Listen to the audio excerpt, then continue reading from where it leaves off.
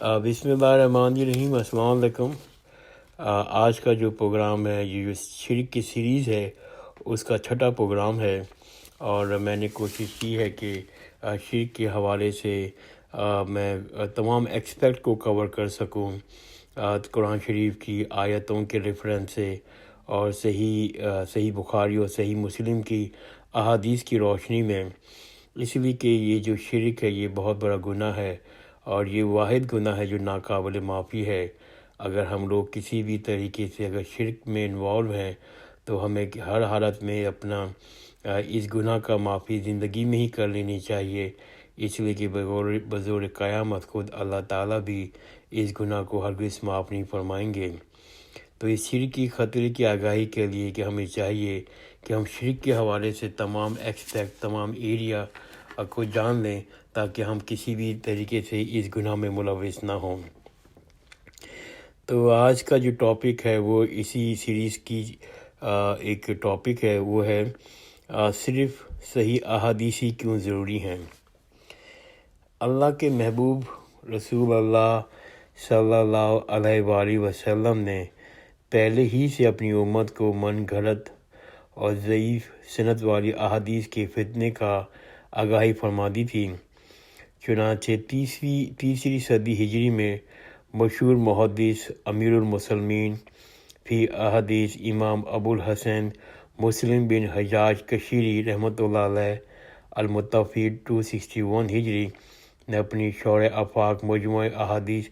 صحیح مسلم کے مقدمے میں اپنی کتاب تصنیف کرنے کی بنیادی وجہ کثرت سے ضعیف اور منکر روایات کی موجودگی ہی بتایا ہے۔ تقریباً 100 احادیث و روایت اس بات کی دلیل پہ بیان کی گئی ہیں کہ حدیث کا صحیح ہونا کیوں ضروری ہے۔ من گھڑت اور ضعیف سند والی احادیث کے شیطانی فتنوں سے بچنے کے لیے صرف ایک مرتبہ خود صحیح مسلم کا مقدمہ ضرور ملاحظہ فرمائیں۔ میں تمام اپنے بہن بھائیوں سے ریکویسٹ کرتا ہوں، اگر زندگی میں موقع ملے تو ایک دفعہ ضرور صحیح مسلم کا مقدمہ کا مطالعہ کر لیں، تو آپ کو اندازہ ہوگا کہ صحیح احادیث کا کیوں ہونا ضروری ہے اور صحیح احادیث کا علم رکھنا کیوں ضروری ہے۔ اس روایت میں صحیح مسلم مقدمہ کی حدیث نمبر 1 پڑھتا ہوں، جس کا ترجمہ مبارک یہ ہے کہ سیدنا علی رضی اللہ تعالیٰ عنہ روایت کرتے ہیں، رسول اللہ صلی اللہ علیہ وآلہ وسلم نے ارشاد فرمایا، مجھ پر جھوٹ مت باندھو، یعنی جھوٹی احادیث مت بیان کرو۔ جس کسی نے بھی مجھ پر جان بوجھ کر جھوٹ باندھا، جھوٹی حدیث بیان کی، تو بے شک اس شخص کا مقام دوزخ میں بنے گا۔ اسی حوالے سے میں اس مقدمے کی ایک اور حدیث نمبر 8 صحیح مسلم کی بیان کرتا ہوں، اور ترجمہ مبارک یہ ہے کہ سیدنا ابو ہریرہ رضی اللہ تعالیٰ عنہ سے روایت کرتے ہیں، رسول اللہ صلی اللہ علیہ وسلم نے ارشاد فرمایا، کسی بھی شخص کے جھوٹے ہونے کے لیے یہ بات کافی ہے کہ وہ ہر سنی سنائی بات کو تحقیق کے بغیر کہ وہ بات یا حکایت یا واقعہ یا حدیث سچ ہے یا کہ جھوٹ آگے لوگوں کو بیان کر دیں۔ آج کل ہم دیکھتے ہیں کہ ہم فیس بک پہ اور واٹس ایپ پہ اکثر حدیث شیئر کر رہے ہوتے ہیں، اور ہمیں یہ نہیں معلوم ہوتا کہ یہ حدیث صحیح ہے یا من گھڑت ہے یا موضوع ہے۔ تو میں اس حدیث کو دوبارہ پڑھ لیتا ہوں۔ سیدنا ابو ہریرہ رضی اللہ تعالیٰ عنہ روایت کرتے ہیں کہ رسول اللہ صلی اللہ علیہ وآلہ وسلم نے ارشاد فرمایا، کسی بھی شخص کے جھوٹا ہونے کے لیے یہ بات کافی ہے، وہ ہر سنی سنائی بات کو تحقیق کے بغیر وہ بات یا حکایت یا واقعہ یا حدیث سچ ہے کہ جھوٹ آگے لوگوں میں بیان کر دیں۔ ایک اور میں حدیث صحیح مسلم کی المقدمہ میں رپورٹ ہوئی ہے، حدیث نمبر 16۔ یہ حدیث بھی سیدنا ابو ہریرہ رضی اللہ تعالیٰ عنہ سے روایت ہے کہ رسول اللہ صلی اللہ علیہ وآلہ وسلم نے ارشاد فرمایا، آخری دور میں فریب کار جھوٹے لوگ ہوں گے، وہ تمہارے پاس ایسی احادیث لائیں گے جو تم نے اور تمہارے آباء و اجداد نے سنی ہوگی، نہ تم نے نہ ہی تمہارے آباء و اجداد نے سنی ہوگی، بس خود کو ان سے دور رکھنا، کہیں وہ تمہیں گمراہی اور فتنے میں مبتلا نہ کر دیں۔ اور یہ بات صحیح ہے، ہمیں بہت سی احادیث پڑھنے کو ملتی ہیں، سننے کو ملتی ہیں کہ جو ہم نے کبھی سنی نہیں اور جس سے کوئی روایت بھی نہیں ملتی ہے۔ تو میں دوبارہ اس حدیث کو پڑھ لوں کہ یہ حدیث المقدمے میں رپورٹ ہوئی ہے، صحیح مسلم کی حدیث نمبر 16 ہے کہ سیدنا ابو ہریرہ رضی اللہ تعالیٰ عنہ روایت کرتے ہیں کہ رسول اللہ صلی اللہ علیہ وآلہ وسلم نے فرمایا، آخری دور میں فریب کار جھوٹے لوگ ہوں گے جو تمہارے پاس ایسی احادیث لائیں گے جو تم نے نہ ہی تمہارے آباء و اجداد نے سنی ہوگی، بس خود کو ان سے دور رکھنا، کہیں وہ تمہیں گمراہی اور فتنے میں مبتلا نہ کر دیں۔ اس سیشن میں ایک اور میں حدیث بیان کرتا ہوں، یہ صحیح مسلم المقدمہ میں حدیث نمبر 17 ہے۔ یہ حدیث سیدنا ابو عبداللہ بن مسعود رضی اللہ تعالیٰ عنہ فرماتے ہیں، بعض اوقات شیطان کسی مجموعے میں انسانی شکل میں آ کر حدیث بیان کرتا ہے، جو مجموعہ چھٹ جاتا ہے تو کوئی کہتا ہے کہ یہاں ایک شخص تھا جس نے یہ حدیث بیان کی تھی، اس کی شکل تو یاد ہے لیکن اس کا نام پتہ معلوم نہیں، وہ شیطان ہوتا ہے۔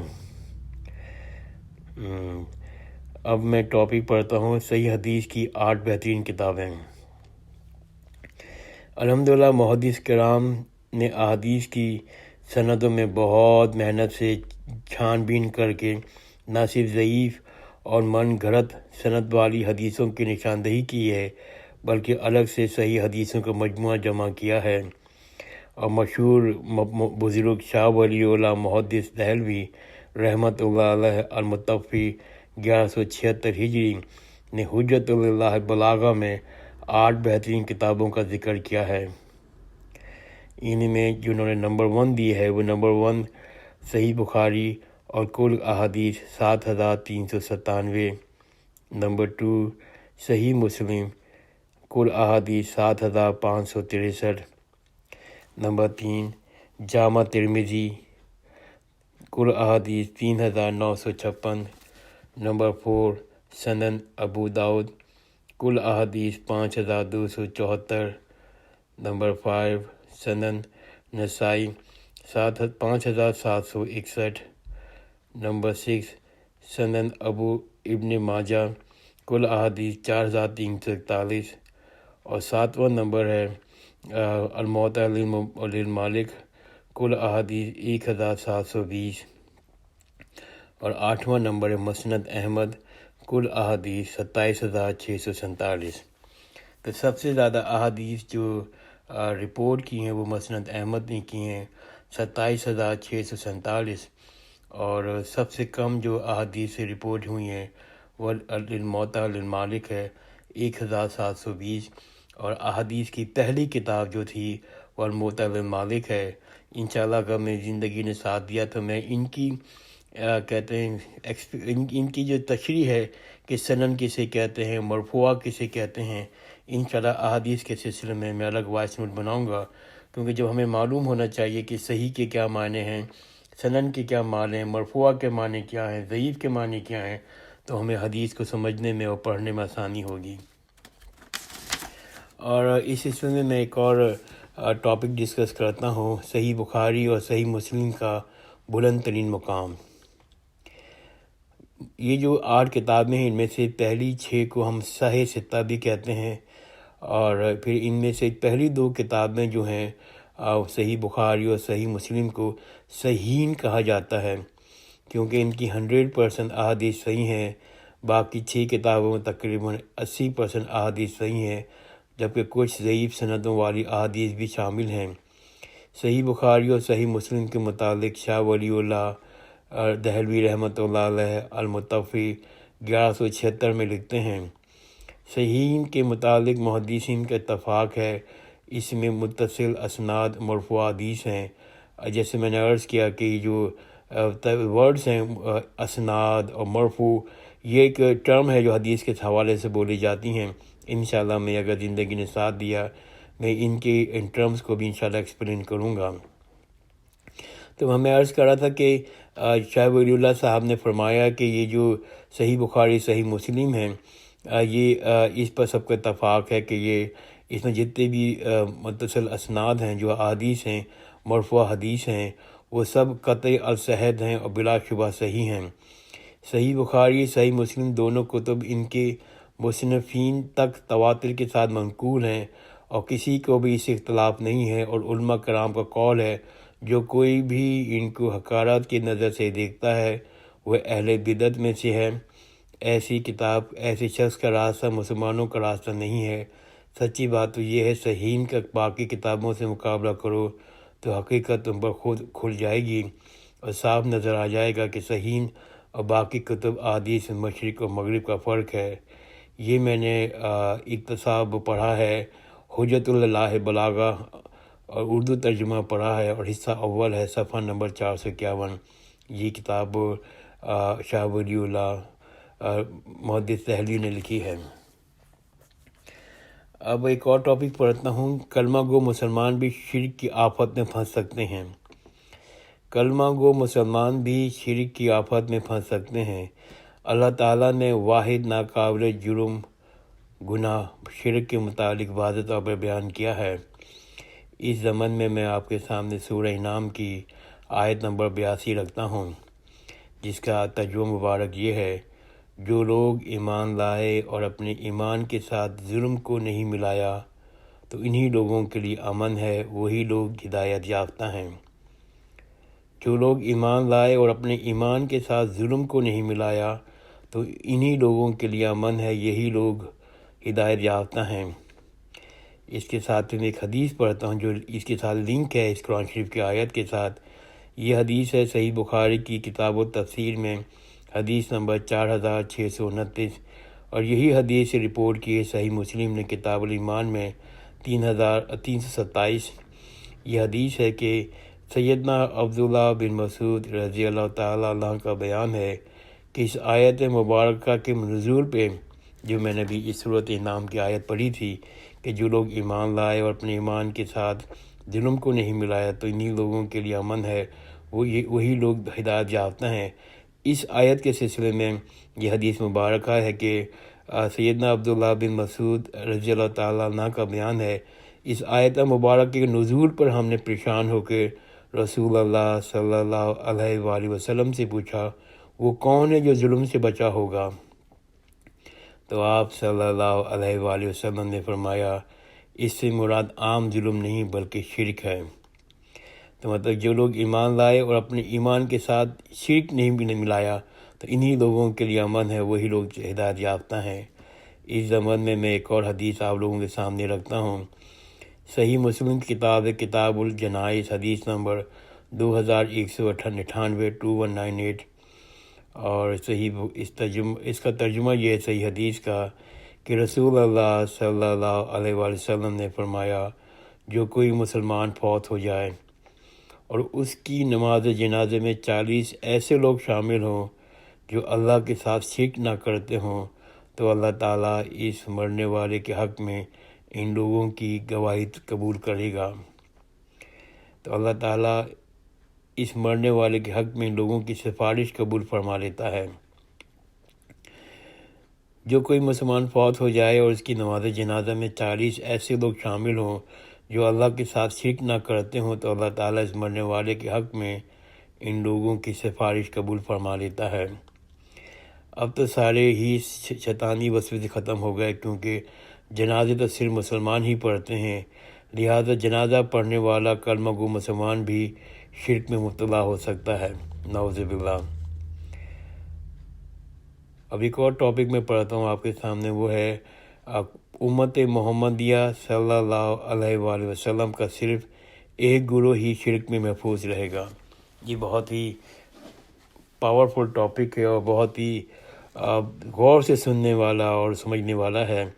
کہ امت محمدیہ صلی اللہ علیہ وسلم کا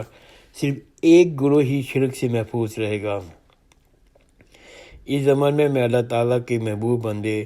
صلی اللہ علیہ وسلم کی 5 احادیث بیان کرتا ہوں۔ پہلی حدیث ہے صحیح بخاری کی کتاب الجنائز، حدیث نمبر 1344، پھر یہی حدیث صحیح مسلم میں کتاب الفضائل، حدیث نمبر 5976 میں رپورٹ ہوئی ہے۔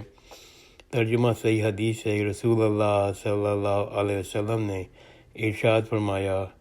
مجھے تمہارے متعلق اس بات کا ڈر نہیں کہ تم پوری امت ہی میری بات شرک کرنے لگو، البتہ مجھے ڈر ہے کہ تم ایک دوسرے کے مقابلے میں دنیا میں رغبت کرو گے۔ اس زمن میں کہتے ہیں امام ابن حجر اسقلانی رحمۃ اللہ علیہ المتوفی 852 ہجری اس حدیث کے تحت لکھتے ہیں، اس سے مراد یہ ہے امت مجموعی طور پر شرک میں مبتلا نہیں ہوگی، ورنہ امت مسلمہ سے بعض کی طرف سے شرک واقع ہوا ہے۔ فتح الباری جلد نمبر 3 صفحہ نمبر 211۔ تو اس زمان میں اہل سنت، جو بھی ہمارے اہل سنت ہے، جس میں آپ کا دیوبندی فرقہ بھی آتا ہے، اہل حدیث بھی ہے، سلفی اور دیوبندی بھی ہیں، یہ سب لوگ اہل سنت کہلاتے ہیں۔ تو اہل سنت اس بات میں متفق ہے کہ مسلمانوں کے مشہور فرقے حلولیہ اور روافظ 100% شرک میں مبتلا ہیں، البتہ پوری امت محمدیہ صلی اللہ علیہ وسلم گمراہ پہ نہیں ہوگی۔ چنانچہ اس زمن میں چند اور احادیث رکھتا ہوں۔ ایک حدیث المستدرک للحاکم کتاب العلم حدیث نمبر 399 میں حضرت صلی اللہ علیہ وسلم نے فرمایا، بے شک میری امت مجموعی طور پر گمراہی پر جمع نہیں ہوگی۔ بے شک میری امت مجموعی طور پر گمراہی پر جمع نہیں ہوگی۔ اس زمان میں ایک اور حدیث آپ کے سامنے رکھتا ہوں۔ سنن ابی داؤد کتاب السنہ حدیث نمبر 4597، اور اس کا ترجمہ مبارک یہ ہے کہ نبی کریم صلی اللہ علیہ وآلہ وسلم نے ارشاد فرمایا، 72 فرقے دوزخ میں جائیں گے، ایک جنت میں جائے گا۔ 72 فرقے دوزخ میں جائیں گے، ایک جنت میں جائے گا۔ اس زمان میں ایک اور حدیث رکھتا ہوں، یہ جامع ترمذی کی کتاب الایمان حدیث نمبر 2641 ہے۔ نبی کریم صلی اللہ علیہ وآلہ وسلم نے فرمایا، بے شک بنی اسرائیل 72 فرقوں میں تقسیم ہوئی، میری امت 73 فرقوں میں تقسیم ہوگی، ایک ملت کے سوا باقی سب جہنم میں ہوں گے۔ پوچھا گیا وہ ملت کون سی ہے؟ تو آپ صلی اللہ علیہ وآلہ وسلم نے فرمایا، ما انا علیہ و اصحابی، جس پر میں اور میرے صحابی ہوں۔ اس زمان میں ایک اور حدیث آپ کے سامنے رکھتا ہوں، صحیح بخاری کی کتاب الاعتصام حدیث نمبر 7312۔ یہی حدیث صحیح مسلم میں کتاب الامارہ حدیث نمبر 4955 میں رپورٹ ہوئی ہے کہ اللہ کے رسول صلی اللہ علیہ وآلہ وسلم نے فرمایا، میری امت کا ایک گروہ ہمیشہ حق پہ رہے گا، وہ غالب ہی رہے گا، کوئی بھی مخالف کرنے والا ان کو نقصان نہیں پہنچا سکے گا حتیٰ کہ اللہ کا حکم قیامت آ جائے۔ میں اس حدیث کو دوبارہ پڑھتا ہوں، یہ حدیث صحیح بخاری میں بھی آئی ہے، صحیح مسلم میں بھی آئی ہے۔ تو اس حدیث کا 100% صحیح ہونا لازم ہو گیا ہے۔ اس حدیث کی روح میں حضرت نے فرمایا، حضرت صلی اللہ علیہ وآلہ وسلم نے فرمایا، میری امت کا ایک گروہ ہمیشہ حق پہ رہے گا، وہ غالب ہی رہیں گے، کوئی بھی مخالفت کرنے والا ان کو نقصان نہیں پہنچا سکے گا حتیٰ کہ اللہ تعالیٰ کا حکم قیامت آ جائے۔ اور میں اس وائس نوٹ کے آخری میں، یہ وائس نوٹ آخری ہے شرک کے حوالے سے، اس وائس نوٹ کے آخری میں حضرت صلی اللہ علیہ وسلم کی آخری وصیت پڑھتا ہوں اور کچھ اور احادیث پڑھتا ہوں اپنے اس وائس نوٹ کا اختتام کرنے سے پہلے، کہ سیدنا عبداللہ بن عباس رضی اللہ تعالیٰ عنہ سے روایت ہے، رسول اللہ صلی اللہ علیہ وسلم نے اپنی وفات سے 3 ماہ پہلے حجۃ الوداع کے موقع پر وصیت کرتے فرمایا، بے شک میں اپنے بعد تم میں 2 ایسی چیزیں چھوڑ کر جا رہا ہوں، اگر انہیں مضبوطی سے پکڑ لو تو تم کبھی گمراہ نہ ہوگے، ایک اللہ کی کتاب اور دوسرے اس کے رسول کی سنت جو صحیح احادیث سے ماخوذ ہو۔ یہ حدیث رپورٹ ہوئی ہے موطا المالک میں کتاب القدر میں حدیث نمبر 1628، اور یہی حدیث رپورٹ ہوئی ہے مستدرک الحاکم میں کتاب العلم حدیث نمبر 318۔ میں ایک اور حدیث آپ کے سامنے، میں ایک قرآن شریف کی آیت آپ کے سامنے رکھتا ہوں، سورہ ہجر کی آیت نمبر 9 ہے، جس کا ترجمہ ہے اللہ تعالیٰ نے فرمایا، اللہ تعالیٰ نے علماء اور درویشوں کی تعلیمات کے بجائے اپنی وحی قرآن اور اس کی تفسیر یعنی صحیح حدیث کی حفاظت کی ذمہ داری خود لی ہے۔ سورہ ہجر آیت نمبر 9، اللہ تعالیٰ نے علماء اور درویشوں کی تعلیمات کے بجائے اپنی وحی قرآن اور اس کی تفسیر یعنی صحیح احادیث کی حفاظت کی ذمہ داری خود لی ہے۔ اس قرآن شریف کی آیت سے ہمیں معلوم ہوتا ہے اللہ تعالیٰ نے تمام صحیح حدیث کی حفاظت کی ذمہ داری خود لے رکھی ہے۔ ایک اور میں قرآن شریف کی آیت سورہ النساء 115 اور یہی حدیث بھی رپورٹ کی ہے المستدرک للحاکم میں کتاب علم حدیث نمبر 399 کہ اجماع امت کو حجت ماننا دراصل قرآن اور صحیح احادیث کا حکم ماننے میں ہی داخل ہے۔ میں ریپیٹ کر لوں الفاظ، اجماع امت کو حجت ماننا دراصل قرآن اور صحیح احادیث کے حکم ماننے میں ہی شامل ہے۔ اور میں ایک اور کہتے ہیں حدیث نمبر 22,990 کتاب البیوع مصنف لابن بن شعبہ نے رپورٹ کی ہے، اگر قرآن و سنت اور اجماع امت کی مخالفت نہ آئے تو جدید مسائل کو حل کے لیے قیاس یا اجتہاد کرنا جائز ہے۔ میں آخری دو حدیث ضرور پڑھتا ہوں میں کہ اجماع امت کی حجت ماننا دراصل قرآن اور صحیح احادیث کے حکم ماننے میں ہی داخل ہے، اور آخری حدیث یہ ہے کہ اگر قرآن و سنت اور اجماع امت کی مخالفت نہ آئے تو جدید مسائل کے حل کے لیے قیاس اور اجتہاد کرنا جائز ہے۔ الحمدللہ میں نے پوری کوشش کی ہے کہ چھوٹے سے وائس نوٹ پر میں حدیث سے اور صحیح حدیث سے اور قرآن شریف کی آیتوں سے شرک کے حوالے سے تمام پہلو کور کر سکوں تاکہ ہم اس گناہ سے بچ سکیں۔ جزاک اللہ خیرین، خدا حافظ۔